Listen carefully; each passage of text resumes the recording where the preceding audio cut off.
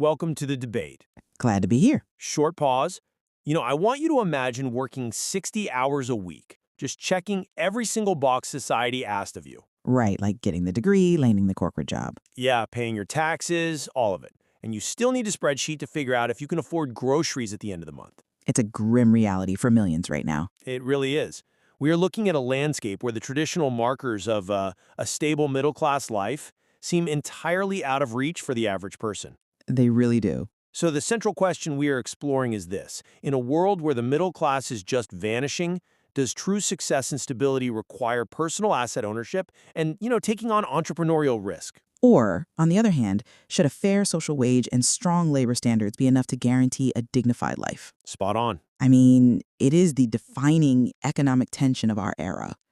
Are we building a society of owners, or are we trying to desperately patch up a society of wage earners in a system that, quite frankly, no longer values their labor? Precisely. And I look at this through the lens that robustly managed markets, fair wages, and strong labor standards are the absolute necessary foundation for any kind of societal prosperity. The idea that we can just leave citizens to fend for themselves in an unregulated, hyper-competitive market is, well, it's a dereliction of social duty. See, and I come to this from the perspective that in an era of relentless, compounding technological disruption, selling your labor is fundamentally a losing game. A losing game? Yeah. True security cannot be legislated anymore. It only comes through personal asset ownership and, the optionality that provides. Let's unpack the mechanics of that, though, because the erosion of the middle class is not some accidental force of nature. Sure. And it certainly isn't just about technology. It is a deliberate policy choice. I mean, if we look back to the 1970s, we saw the rise of a very specific economic consensus. The neoliberal shift, right? Yeah. One that actively prioritized corporate consolidation and shareholder value over fair pay. It was a conscious regulatory decision to suppress the wages of working people. I hear you, but Wait, just look at the raw data for a second. The median full-time worker in the U.S. currently earns around $60,000 a year.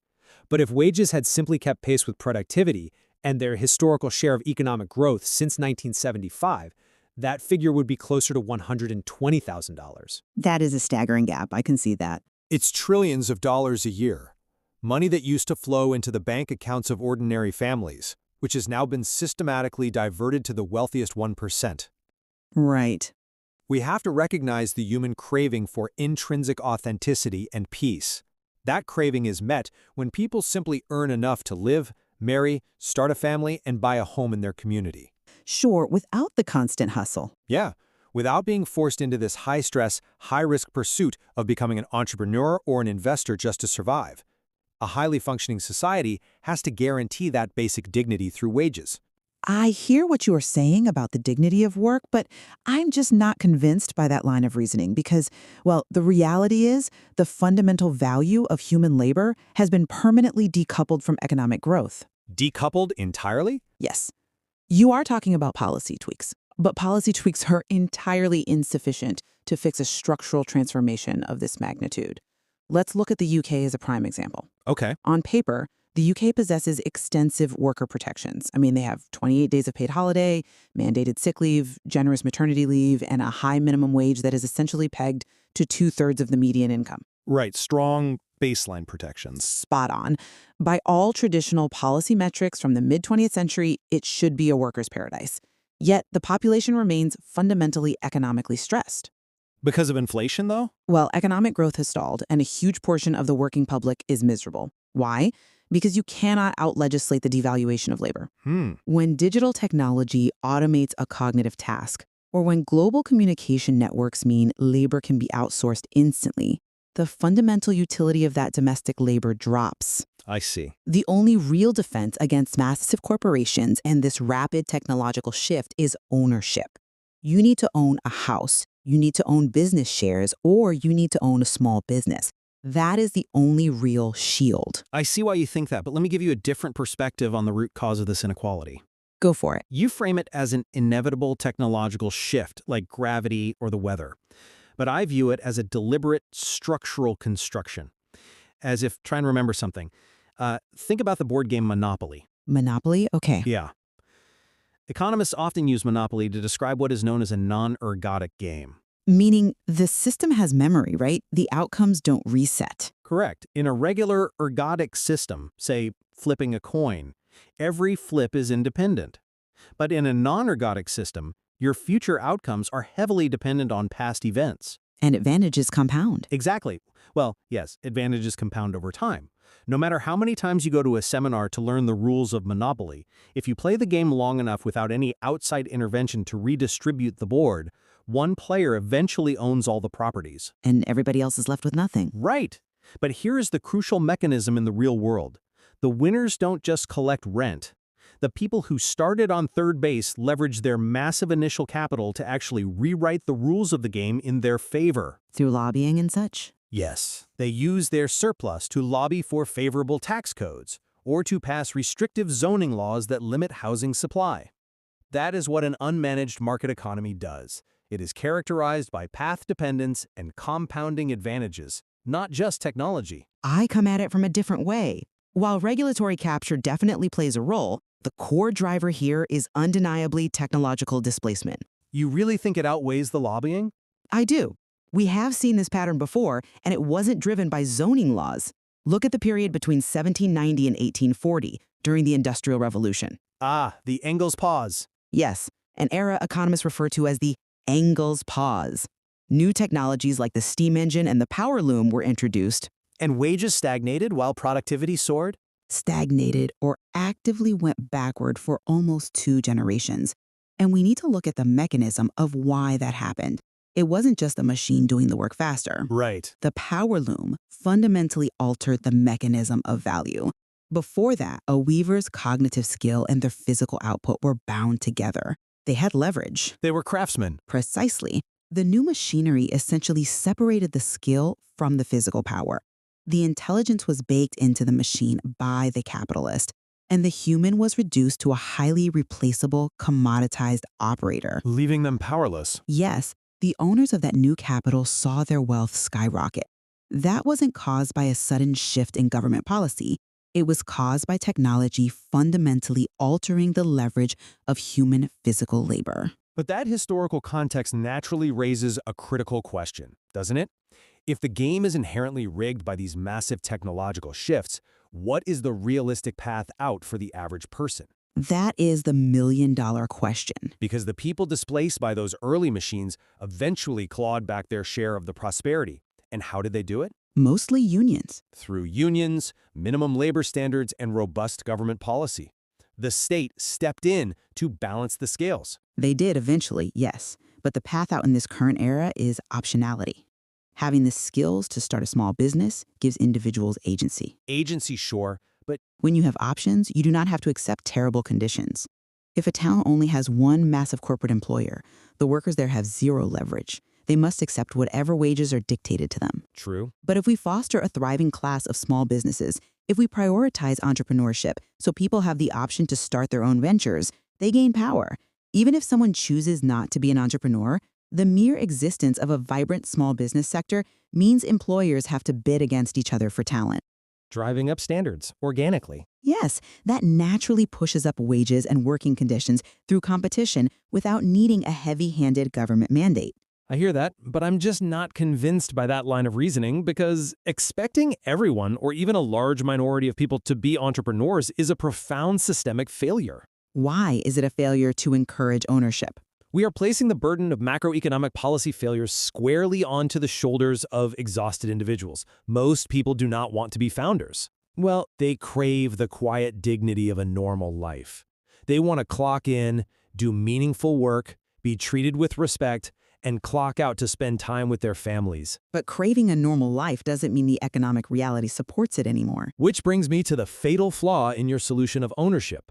You cannot buy an asset, invest in shares, or start a business without earning a living wage first to save the initial capital. Well, you need some capital, yes? Ownership requires a surplus of income. If earning a living wage is the fundamental prerequisite for gaining this security you talk about, we have to ask, who is stopping those wages from being paid in the first place? I see where you're going. How do you expect someone to buy into the system when their paycheck barely covers their rent? It is a valid question, but the pressure on wages isn't just a simple, cartoonish refusal to pay by greedy bosses.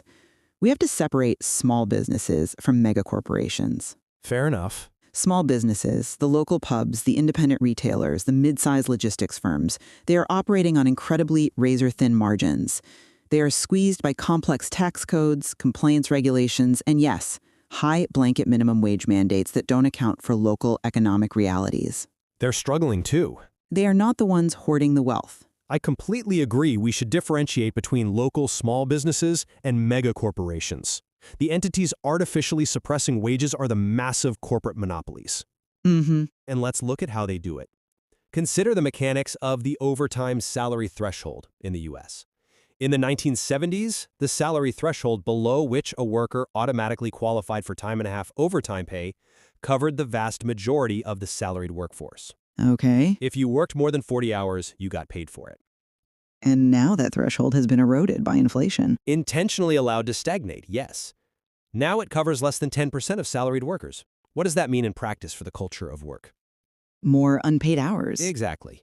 It means massive corporations can take 3 40-hour-week jobs, fire one person, and force the remaining 2 to work 60 hours a week. They avoid overtime pay entirely because those workers are technically exempt management, and the corporation pockets the difference. That is a brutal efficiency. If you do that across millions of workers, you extract trillions of dollars from the working class and remove millions of jobs from the market entirely. It changes the entire power dynamic of the office.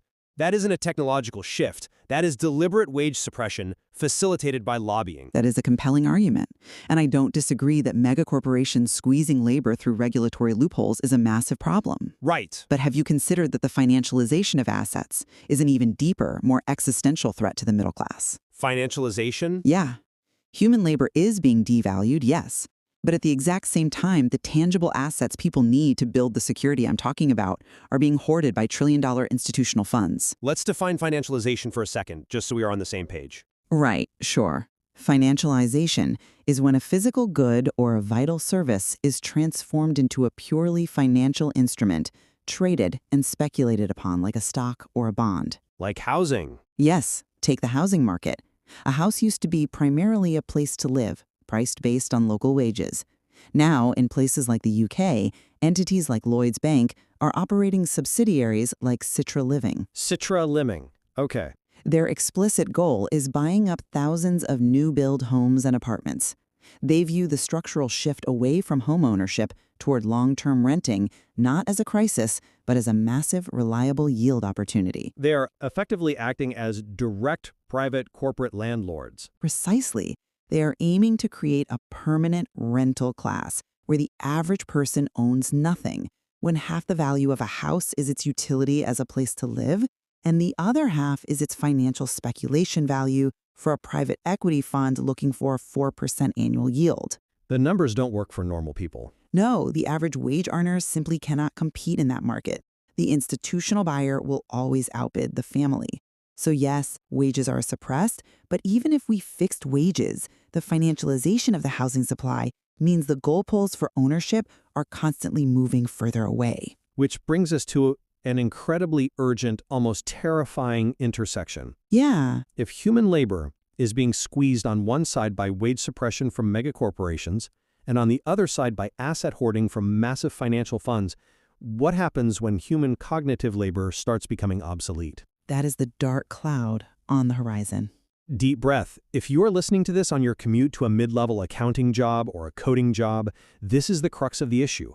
We are facing the immense threat of AI agents capable of writing code, doing complex data analysis, and replacing vast swaths of white-collar entry-level jobs. The cognitive equivalent of the power loom? 100%. Anthropic engineers are already noting how AI agents can essentially write the foundational code for them.